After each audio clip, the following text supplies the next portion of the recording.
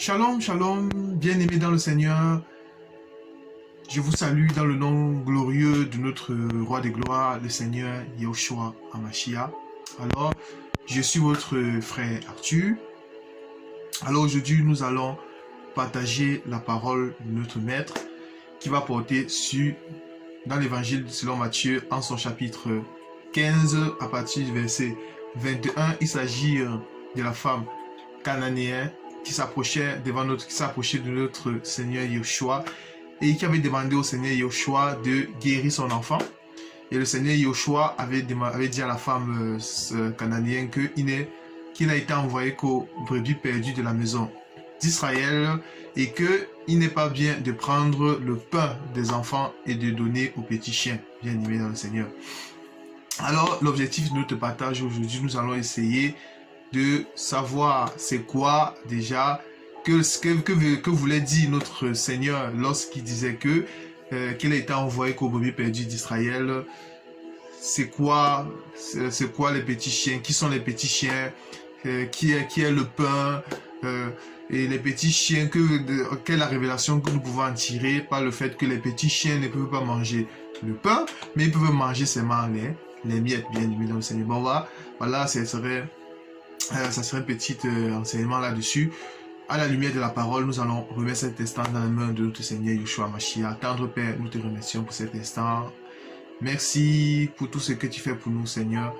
Toi seul, Papa, qui allais nous préparer une place, Papa Yahweh. Tu as dit que je vais aller vous préparer une place et quand j'aurai fini, je vais venir vous chercher, Seigneur. Seigneur Yahushua, nous savons, Papa Yahweh, que d'un moment à l'autre, ça serait le grand départ à ta rencontre dans les airs, Seigneur, où nous allons festoyer les noces avec toi, Seigneur. C'est pour ça, Seigneur, prépare-nous davantage, Seigneur. Fortifie-nous toujours dans notre marche, Seigneur. Nous savons que nous sommes ici, nous sommes coureurs dans ce monde, Seigneur. La vie chrétienne, c'est une cause, Seigneur. Mais nous ne courons pas en vain, Seigneur. Comme l'apôtre Paul l'a dit, nous ne courons pas battre en l'air, Seigneur. Mais, Seigneur, nous savons que ta main toute-puissance nous garde et nous conduit, Seigneur, dans tout ce que nous faisons. Merci, Seigneur Jésus-Christ, pour cette force que tu nous donnes. Merci pour ta parole.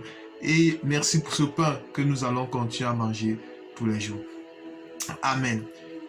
Bien-aimés dans le Seigneur, à nouveau, je vous passe le shalom du Seigneur. Alors, aujourd'hui, nous allons prendre nos Bibles et nous allons voyager dans les Écritures. Alors, nous allons aller dans Matthieu chapitre 15, à partir du verset 21, bien aimé. Matthieu chapitre 15, à partir du verset 21.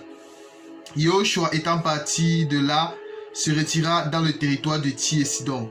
Et voici une femme cananéenne qui venait de ces contrées lui cria ainsi. Il cria: aie pitié de moi, Seigneur, fils de David. Ma fille est cruellement tourmentée par le démon. Il ne lui répondit pas un mot. Et ses disciples s'approchèrent et lui dit avec insistance: renvoie-la car elle crie derrière nous. Il répondit: je n'ai été envoyé qu'aux brebis perdues de la maison d'Israël. Mais elle vint se prosterner devant lui, disant: Seigneur, secours-moi. Il répondit: il n'est pas bien de prendre le pain des enfants et de le jeter aux petits chiens. Oui, Seigneur, dit-elle, mais les petits chiens mangent les miettes qui tombent à la table de leur mère. Alors Yahushua lui dit: femme, ta foi est grande, qu'il te soit fait comme tu veux. Et là même sa fille fut guérie. Alors, bien-aimé dans le Seigneur, c'est ça l'histoire de cette femme cananéenne, bien-aimée. C'est une femme dans le pays de Tyr et de Sidon.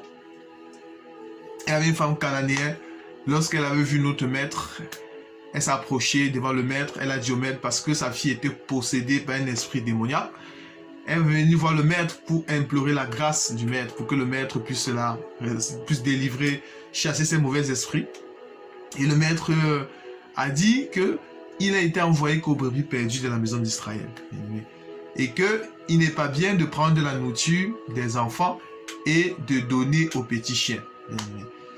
Mais la femme syrophénicienne la femme cananéenne, autant pour moi, elle avait eu cette révélation, en d'autres termes, cette foi que le Seigneur voulait.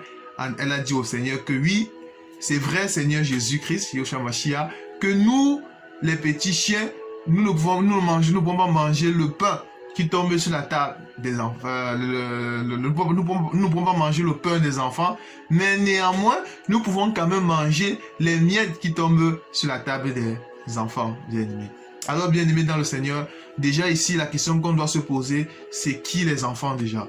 C'est qui sont les enfants? Qui sont les enfants que le Seigneur Yeshua parlait? Bon, nous comprenons que les enfants que le Seigneur Yeshua parlait, il s'agissait de la maison d'Israël. Il s'agissait d'Israël, le peuple Israël. C'était ça, les enfants. Vous voyez? Bon, c'était ça, les enfants. Bon, le pain, maintenant, c'est quoi? Pour savoir c'est quoi le pain, nous allons aller dans la parole toujours.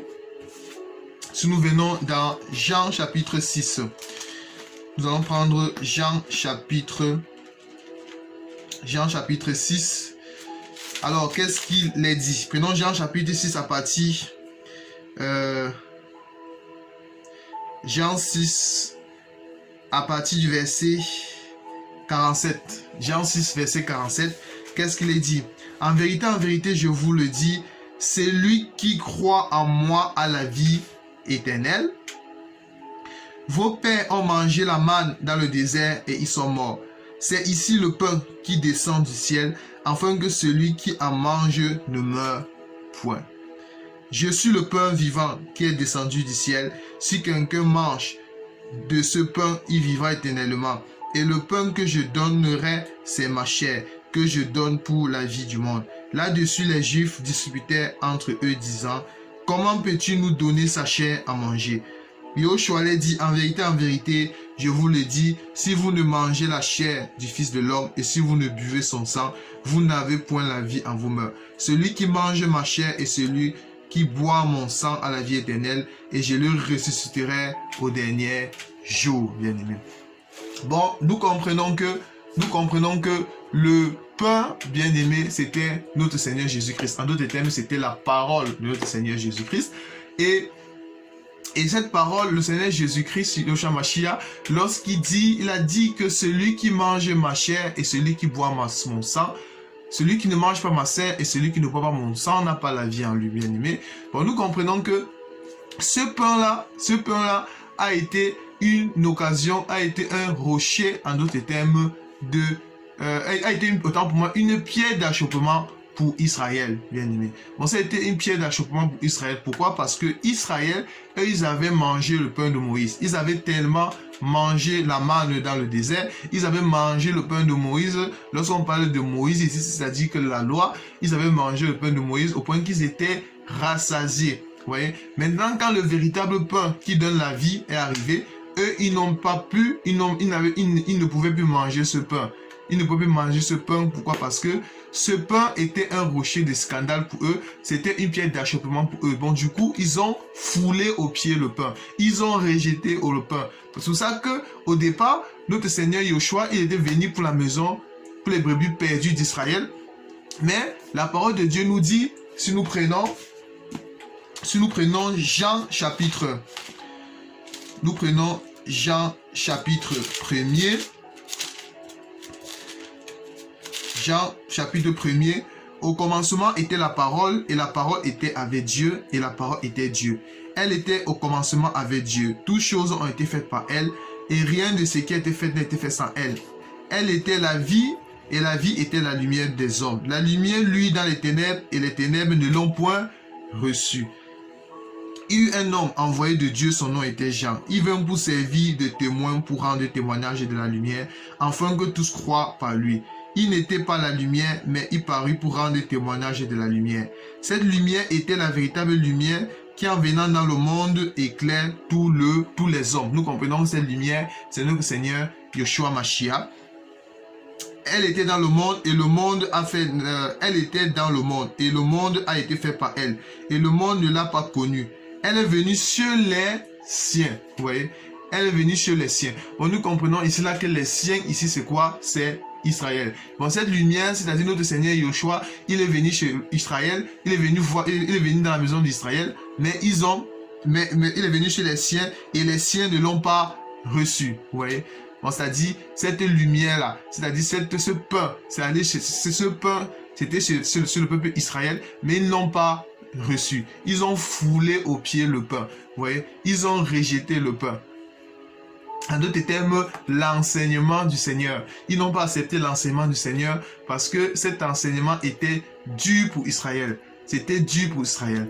Pour ça, le Seigneur a dit que celui qui ne mange pas la chair et qui ne boit pas mon sang n'a pas la vie en lui. Vous voyez, la chair ici, c'était la parole du Seigneur. Le sang ici, c'était également la parole de la révélation de la parole de notre Seigneur. Vous voyez, c'est pour ça qu'Israël, il ne pouvait pas manger ce pain parce qu'ils étaient déjà rassasiés de la loi de Moïse. Mais la parole de Dieu nous dit que mais à tous ceux qui l'ont, quand cette parole est venue chez les siens et que les siens ne l'ont pas reçue, mais à tous ceux qui l'ont reçue, elle a donné le pouvoir de devenir enfants de Dieu. Vous voyez? Mais maintenant, comme Israël, ils ont rejeté le pain, ils n'ont pas pu manger ce pain, ils ont pris ce pain. Maintenant, les petits chiens, maintenant, quand ils ont jeté le pain, c'est les petits chiens maintenant, pour que les petits chiens mangent le pain, il faut que le pain soit broyé. Parce que les petits chiens, ils ne peuvent pas manger le pain, mais ils peuvent manger le pain ils peuvent manger les miettes qui tombent du pain. Vous voyez? Ça, qui sont les petits chiens? Les petits chiens, ici, ça représente tout un peuple. Ce n'est pas qu'on parle de chien ici, ce n'est pas un chien, ce n'est pas le chien comme animal, non. C'est ce qu'on appelle le langage de la Bible. Les petits chiens ici, c'est tout, ça représente tout un peuple, c'est-à-dire ceux qui étaient étrangers au droit de cité, ceux qui n'étaient privés des choses de Dieu, c'est nous qui étions sans Christ. Bon, ça représente en d'autres termes encore les nations, ça représente les païens. Vous voyez? Bon, c'est nous qui étions avant païens, c'est nous qui n'avons qui étaient païens, c'est-à-dire sans Christ, c'est nous qui sommes les petits chiens. Vous voyez quoi? Mais maintenant, les petits chiens, pour pouvoir manger, il a fallu que Israël, ils prennent ce pain, maintenant, il fallait que ce pain, pour avoir les miettes, il faut que le pain soit broyé. Bon, notre pain a été broyé où? À la croix, vous voyez. Bon, le pain a été broyé à la croix. Bon, c'est à la croix maintenant que quand le pain a été broyé, que nous, les petits chiens, nous avons eu la possibilité de manger. Bon, nous comprenons que c'est le pain qui était broyé à la croix, c'est notre Seigneur Jésus-Christ qui a été crucifié à la croix. C'est là où maintenant on a eu la grâce qui au départ était pour Israël. Nous maintenant, on a eu le pain qui au départ était pour Israël. Nous maintenant, on a eu la grâce maintenant d'en profiter du pain. Vous voyez? Pourquoi? Parce que la Bible nous dit dans Matthieu chapitre 5 que heureux ceux qui ont faim et soif de la justice. Bon, quand Israël, ils ont foulé au pied le pain, alors nous, parce qu'ils étaient rassasiés de la loi de Moïse, de la loi mosaïque, mais nous, on était affamés, on avait faim, on était les peuples qui avaient faim. C'est-à-dire que nous sommes tombés sur le pain et nous avons mangé le pain. Vous voyez? Bon, c'est ça l'explication de cette parabole-là. Parce que nous, le Seigneur Jésus-Christ, il avait la capacité de parler en parabole. Vous voyez? La parabole, c'est quoi? C'est quand Dieu se cache dans sa parole. Notre Seigneur, il aime jouer à cache-cache. J'aime beaucoup le dire. Il aime jouer à cache-cache. Pourquoi? Parce que il se cache pour qu'on le trouve. Parce que la parole déclare que Dieu se fait trouver par celui qui le cherche. Vous voyez? C'est-à-dire qu'il se cache où? Dans sa parole. Il se cache dans sa parole. C'est pour ça, à Israël, le Seigneur, il parlait en parabole. Pourquoi? Parce que la parabole ne peut pas donner la vie. Vous voyez? C'est pour ça qu'il a dit dans Matthieu chapitre 13 que à eux, il ne les a pas été donné de connaître le mystère des royaumes des cieux, mais à vous, il expliquait à ses disciples les paraboles. Vous voyez? Bon, c'est un peu ça qu'il faut savoir par rapport à cela. Alors, si nous allons dans Exode chapitre 22, Exode chapitre 22.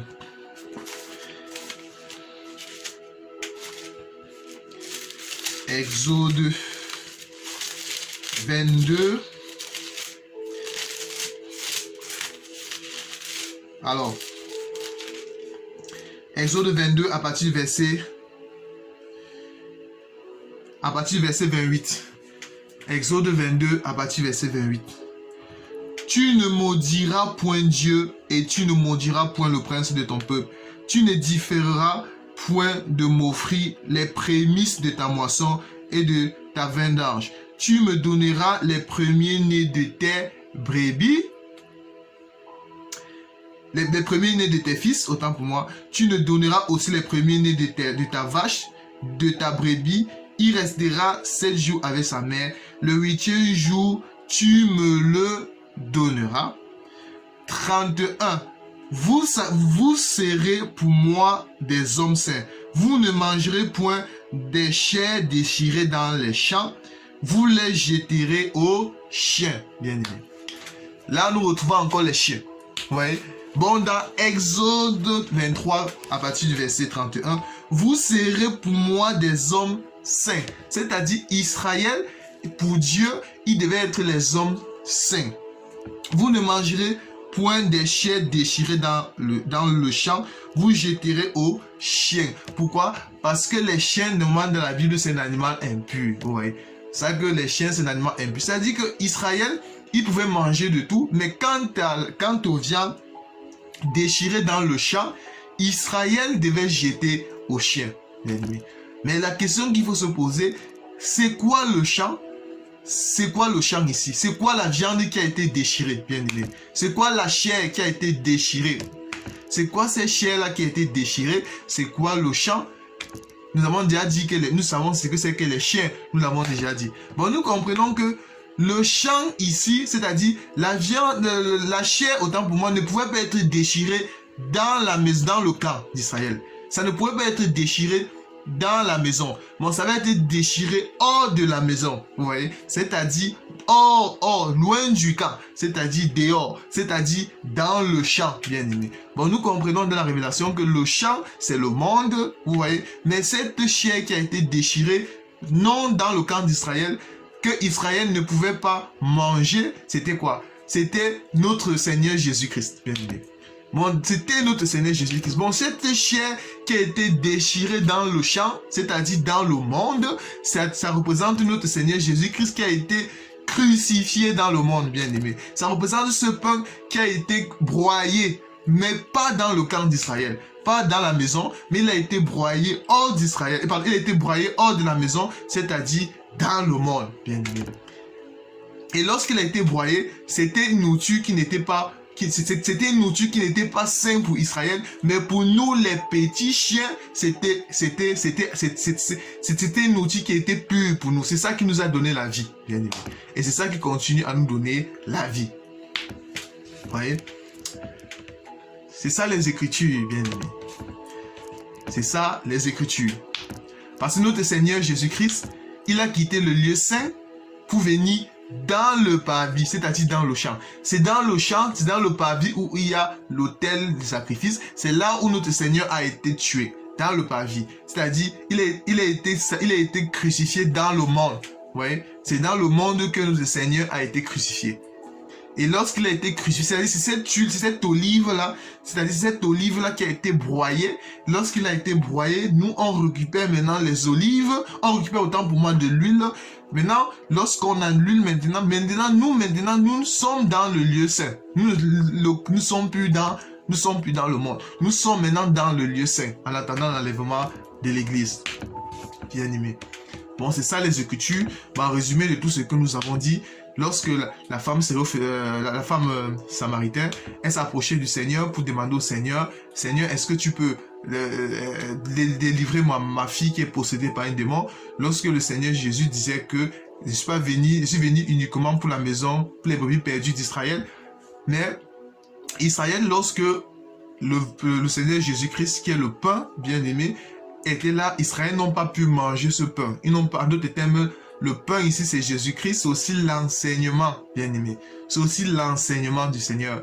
Ils n'ont pas accepté l'enseignement du Seigneur parce que eux, ils étaient déjà rassasiés de Moïse. Ils avaient tellement mangé le pain de Moïse que le véritable pain qui donne la vie, quand ça arrivait, ce pain était devenu une pierre d'achoppement pour Israël. Du coup, ils ont foulé au pied le pain, ils ont rejeté le pain, et quand ils ont rejeté le pain, les petits chiens qui représentent les nations, tout un peuple, les nations païennes, bien aimés, ceux qui au départ n'avaient pas droit au droit de cité, ceux qui étaient sans Christ, ceux qui étaient sans Dieu, tout ça, lorsque Israël, ils ont foulé au pied le pain, maintenant ce pain-là a été broyé à la croix.